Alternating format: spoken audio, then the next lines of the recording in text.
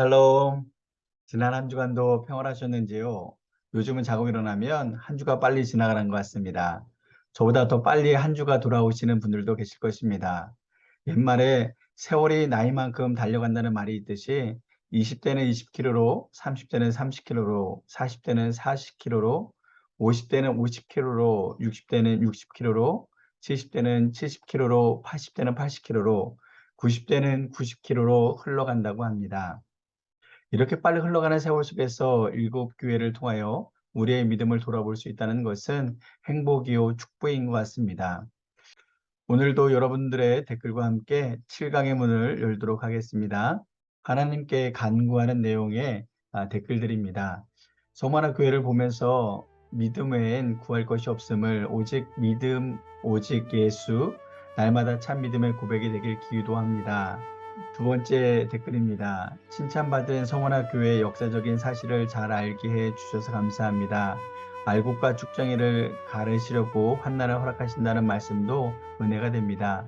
하나님이 찾으시는 신실한 믿음의 사람이 되기를 기도합니다. 아멘. 세 번째 댓글입니다. 항상 은혜로운 말씀 감사합니다. 부족하지만 잘 따르며 깨달음을 얻을 수 있는 믿음이 자라길 소망합니다. 주님 나라 위해 받는 고난은 줄어들고 나를 위하여 일에만 관심을 쏟는 제 삶을 돌아보게 됩니다. 어떻게 해야 세상과 구별되어지고 주님의 자랑거리가 될 수 있을지를 기도해 봅니다. 이 시대에도 서머나 교회 본받아 믿음 잘 지키고 승리할 수 있는 내가 되도록 기도합니다. 오랜만에 1등으로 댓글을 달게 되어 너무 기쁩니다. 내가 죽도록 충성하리라. 그리하면 내가 생명의 면류관을 내게 주리라. 두렵고 떨리는 마음이네요. 하나님의 신실한 사람 요셉, 다윗, 바울, 욥 등 선진들처럼 나도 이런 사람들처럼 달려가길 기도합니다.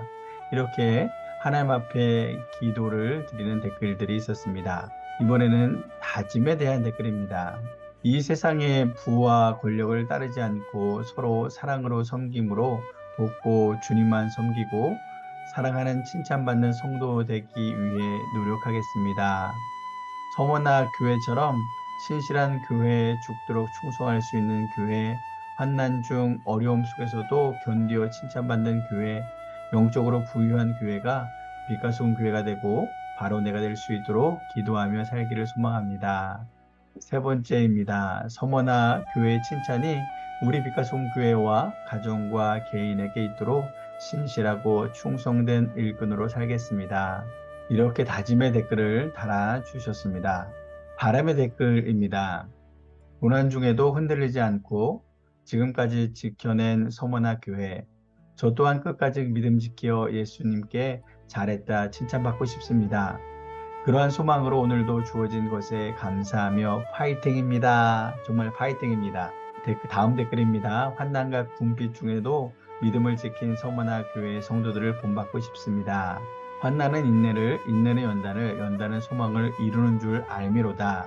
환난을 끝까지 인내하고 연단을 이겨내며 소망을 잃지 않는 주님 제자 되게 하여 주시옵소서. 죽도록 충성하라. 그리하면 내가 생명의 면류관을 내게 주리라. 아멘. 믿음의 선진들을 생각하며 나 자신을 돌아보는 시간을 주셔서 감사합니다. 이번 성경 공부를 하면서 참 많은 깨달음과 은혜를 받습니다. 이승철 목사님이 밥을 어떻게 먹어야 우리 몸에 유익한지를 알려주시고, 정영진 목사님이 밥상을 차리고, 심동환 목사님이 잘 소화시켜 우리 몸에 유익하게 하심이 주님께서 우리에게 원하시는 모습이 아닌가 싶어 마음이 참 행복해집니다. 이런 행복이 나의 신앙생활을 회복시켜 주시리라 기대해 봅니다. 이 댓글을 보면서 고린도전서 3장 6절의 말씀이 생각났습니다. 나는 심었고 아볼로는 물을 주었으되 오직 하나님께서 자라나게 하셨나니. 로마서 8장 28절의 말씀입니다. 하나님을 사랑하는 자 곧 그의 뜻대로 부르심을 입은 자들에게는 모든 것이 합력하여 선을 이루느니라. 이런 말씀이 생각났습니다.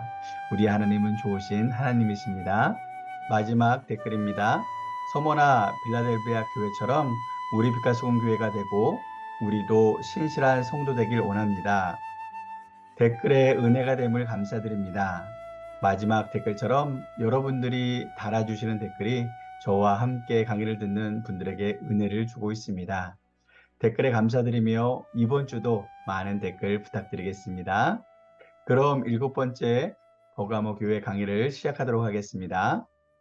먼저 하나님의 음성을 듣도록 하겠습니다. 요한계시록 2장 12절에서 17절의 말씀입니다. 요한계시록 제2장.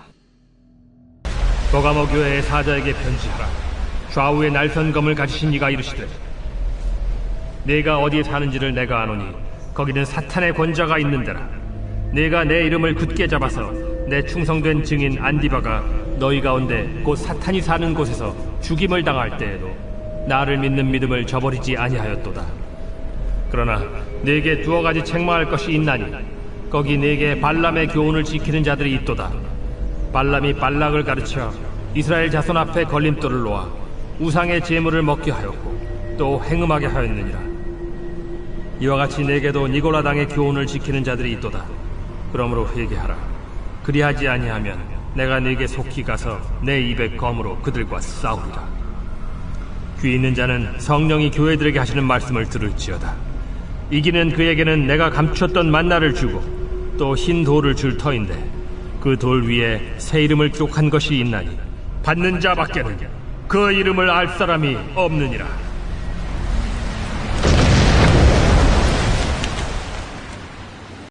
아멘. 버가모 교회는 두아디라 교회처럼 칭찬과 책망을 같이 들은 교회입니다. 에베소와 서머나가 상업적으로 아시아의 중심 역할을 했다면 버가모는 문화적인 측면에서 아시아의 중심부 역할을 했습니다. 버가모는 지역적으로 에베소와 서머나와는 달리 내륙 깊은 곳에 있는 도시였습니다. 서머나 교회가 황제 숭배를 시작한 도시였다면 버가모 도시는 그것을 왕성하게 그리고 체계적으로 꽃피운 도시였습니다. 버가모는 도시 위치가 해발 300m 이상의 고지대에 위치해 있어서 동서남북 어디서나 잘 보였습니다. 이 시대가 헬라 문화권에 속하였기에 신화가 발달하였으며 제우스를 비롯한 신들을 많이 섬기게 되었습니다. 이 버가모 시는 현재 지명으로는 베르가마입니다.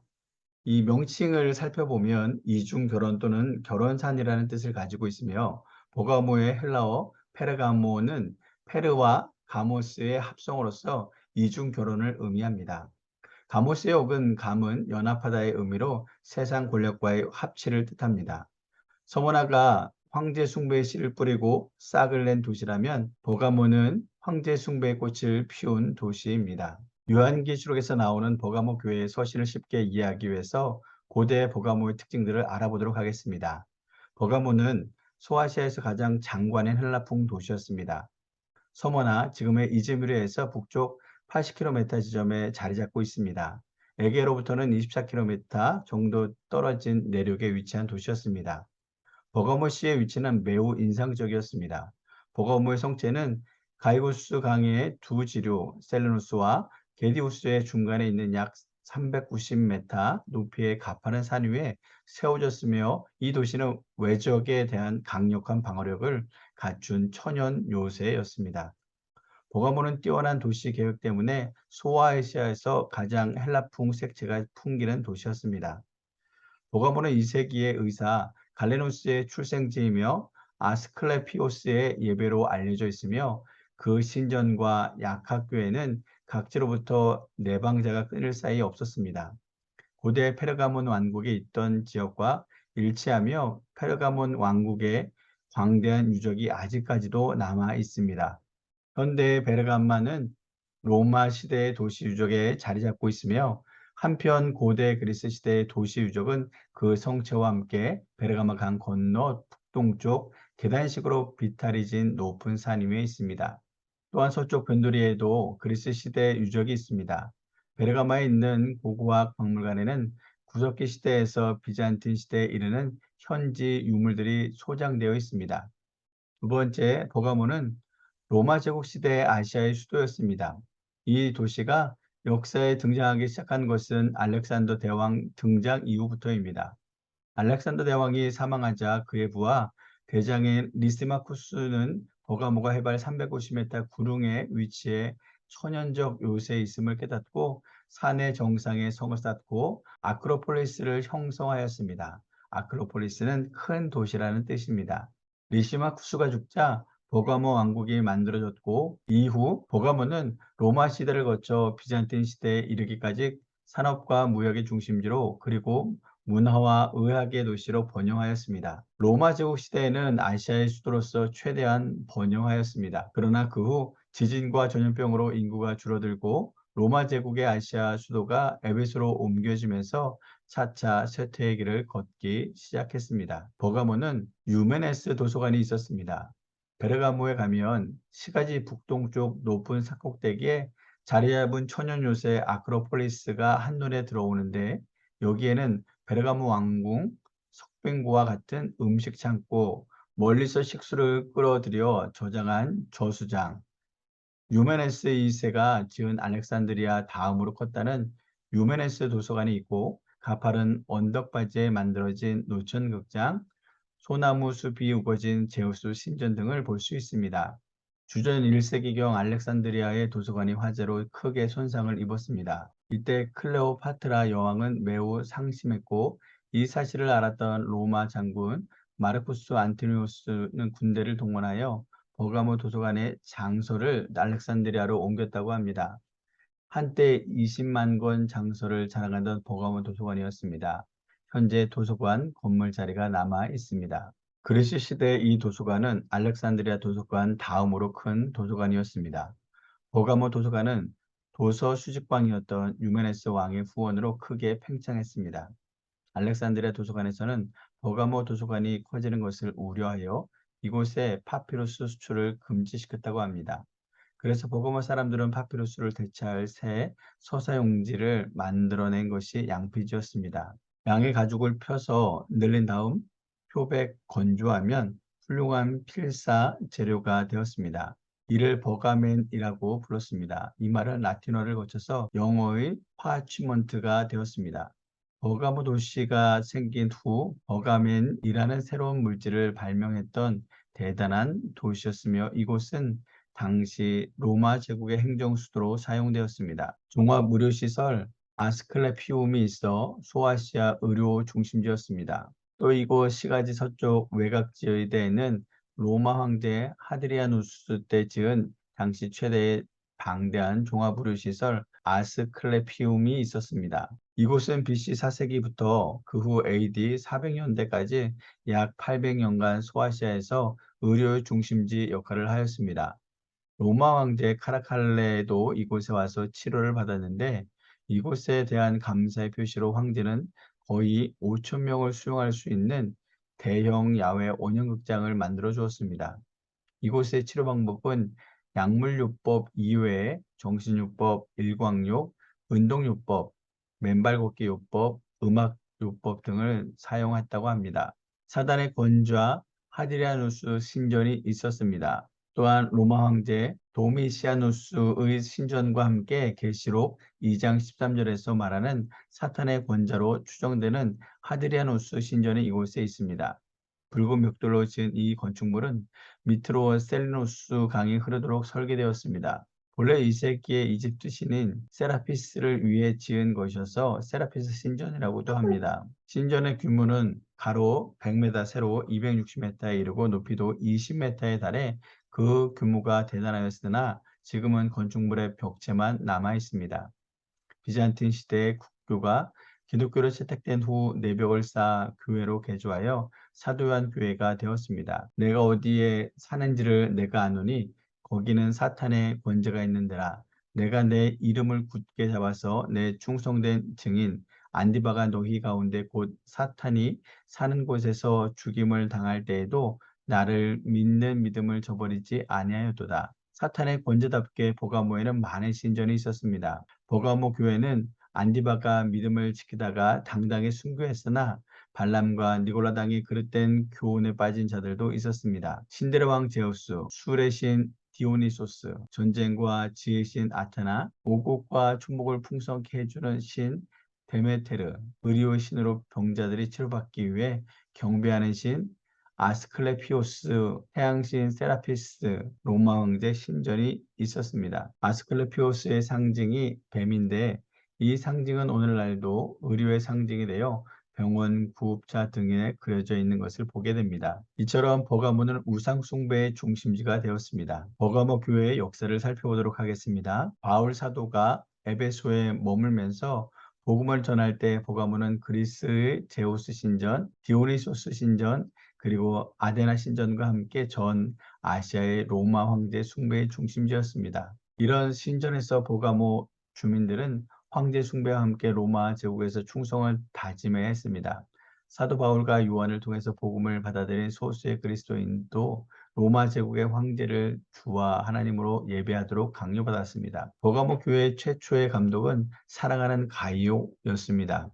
그의 뒤를 이어 안디바가 교회의 감독이 되었습니다.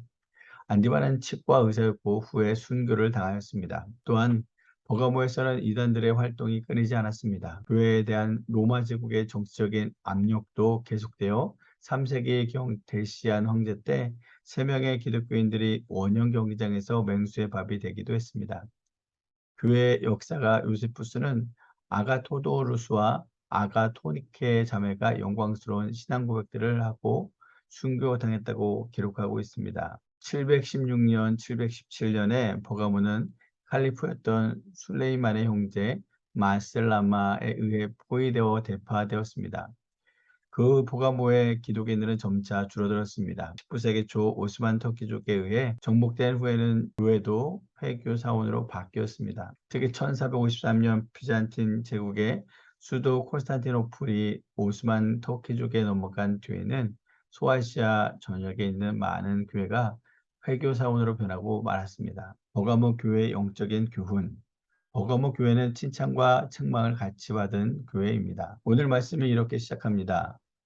내가 어디서 사는지를 내가 아노니 에베소 교회의 행위를 아셨고 소마나 교회가 당하고 있는 환난을 아시는 주님은 버가모 교회가 처한 상황을 다 알고 계십니다. 오늘 우리에게 찾아와 하시는 주님의 말씀은 추상적인 것이 아니라 우리의 모든 것을 아시는 주님의 말씀입니다. 모든 것을 아시는 주님이 어떤 이들에게는 위로가 되지만 어떤 이들에게는 무서운 심판이 될 수도 있습니다. 지금 버가모 교회의 상황이 무엇입니까? 사탄의 권세가 있는 곳입니다. 지금까지 살펴보았던 것처럼 이교 신앙의 강력한 중심지였으며 주전 29년 전에 이미 그곳에서 최초로 살아있는 로마 황제 아우구스투스 신전이 세워지도록 허가가 떨어진 곳, 그리고 3년 후에 신전이 세워진 황제 숭배의 중심지였습니다. 사탄의 권세가 있는 곳을 주님이 알고 계셨고 주님은 버가모 교회를 향하여 제가 어디에 있는지를 내가 아나니라고 말씀하십니다. 그런데 바로 그런 이 교회 중심지에서 버가모 교회가 칭찬받을 만한 점이 있는데 내 이름을 굳게 잡아서 나를 믿는 믿음을 저버리지 아니하였다는 것입니다. 예수님의 이름을 굳게 잡았다고 하는 말과 믿음을 저버리지 않는다는 말은 일맥상통합니다. 예수님의 이름을 붙잡고 사는 사람이 어떻게 믿음을 버리겠습니까? 왜 예수님이 이런 버가모 교회를 칭찬하고 계실까요? 예수님의 최대 관심이 진리를 지키는 일이기 때문입니다. 예수님께서 이 땅에 오신 이유도 세상의 빛으로 진리를 증거하기 위해 오셨습니다.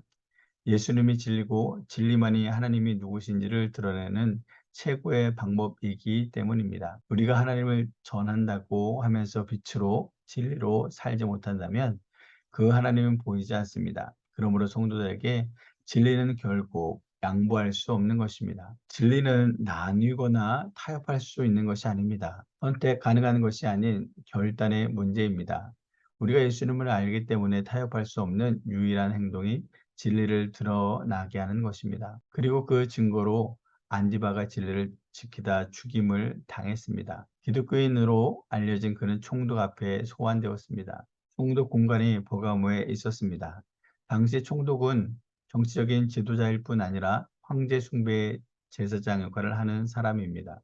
로마 황제를 숭배하는 일은 아주 간단합니다. 황제의 흉상 앞에 향을 피우고 시전은 주님이시다라고 한마디만 하면 되는 것입니다. 그 말 한마디만 하면 안디바는 풀려날 수 있었습니다. 하지만 그는 그렇게 사지 않고 예수님은 주인이시다라고 고백하며 죽임을 당했습니다. 정말 쉽게 타협할 수 있는 일이었지만 진리는 결코 타협할 수 없는 것이었기에 타협하는 순간 거룩함을 상실하기에 우리가 하나님을 믿는다고 하면서 우리의 입술과 행동이 그렇게 나오지 않는다면 거짓이기에 그는 거룩함을 지키며 죽었습니다. 바로 버가모 교회는 그 거룩한 순교의 피가 흐르고 있는 곳입니다. 그런데 그런 거룩한 순교의 피가 흐르는 곳에 문제가 발생하였습니다. 모두가 그렇게 살지 못하고 하나님의 거룩함을 훼손하는 자들이 있었습니다. 바로 버가모 교회가 우리 교회의 모습을 그대로 대변하고 있습니다. 순교의 피가 흐르는 곳에 또한 유혹과 시련, 이단의 모습도 있습니다. 그럼에도 불구하고 교회는 교회여야 합니다. 교회는 완전하기 때문에 교회로서 존재하는 곳이 아니라 불완전해도 우리가 있어야 할 곳, 불완전한 사람을 품어야 하는 곳이 교회입니다. 예수의 이름을 굳게 잡고 순교의 신앙을 가진 안디바와 같은 사람들이 있는가 하면 극심한 박해를 견디지 못해 세상과 타협하는 바랍이나 니골라와 같은 무리도 있었습니다. 그 주변 환경에 따라 신앙이 변하지 않는 자와 변하는 자들이 나타난 것입니다. 발람 선지자는 예물의 눈이 어두워 정치가인 발락과 타협하여 이스라엘 자손을 범죄케 한 자였습니다. 그는 불의의 삭과 타협하다가 멸망한 자로 묘사되었습니다. 니골라는 유대교에서 개종한 안디옥 사람으로 초대 교회 사도들이 선출한 7집사 중에 한 사람이었습니다. 그는 사도들로부터 책망을 받자 자기 아내를 사도들 앞에 데리고 와서 누구든지 원하는 사람은 그녀와 결혼하라고 말했습니다. 그는 이혼은 곧 육은 악하고 영만이 선함으로 육의 소원대로 살아도 구원받는데 지장이 없다는 자유 행위의 타당성을 주장하였습니다. 즉 그리스도인은 은혜로 보호받기 때문에 무슨 일을 하여도 죄가 되지 않는다고 가르쳤습니다. 그는 그리스의 철학과 사상을 기독교 생활에 옷 입히려 하였고 황제 숭배는 애국 의식의 일환이라고 주장하였습니다.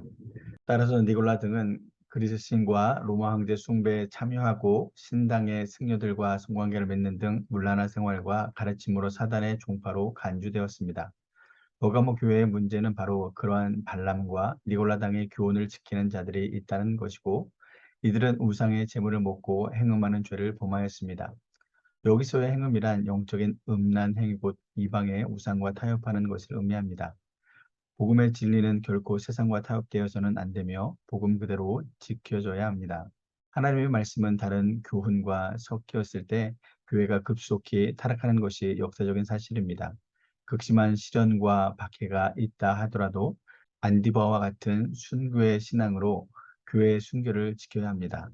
교회가 세상의 풍조 곧 정치나 이방 종교와 타협할 때 하나님은 좌우의 날선 검을 가지고 그들과 싸우시겠다는 강한 의지를 드러내셨습니다. 반면 세상과의 타협을 끊고 하나님의 말씀을 지킨 자들은 분명한 보상을 받게 될 것입니다. 이스라엘 백성들이 광야에서 먹었던 만나와 같이 신실한 성도들에게는 영적인 생명의 양식이 주어질 것이며 죄사함을 의미하는 틴도를 받게 되고 영생을 보장받는 새 사람으로서의 새 이름을 받게 될 것이라고 약속하고 있습니다. 이 약속 붙들고 믿음으로 승리하는 성경대학 믿음의 가족들 다 되시길 축복합니다. 7강까지 함께 해주셔서 감사합니다. 수고하셨습니다.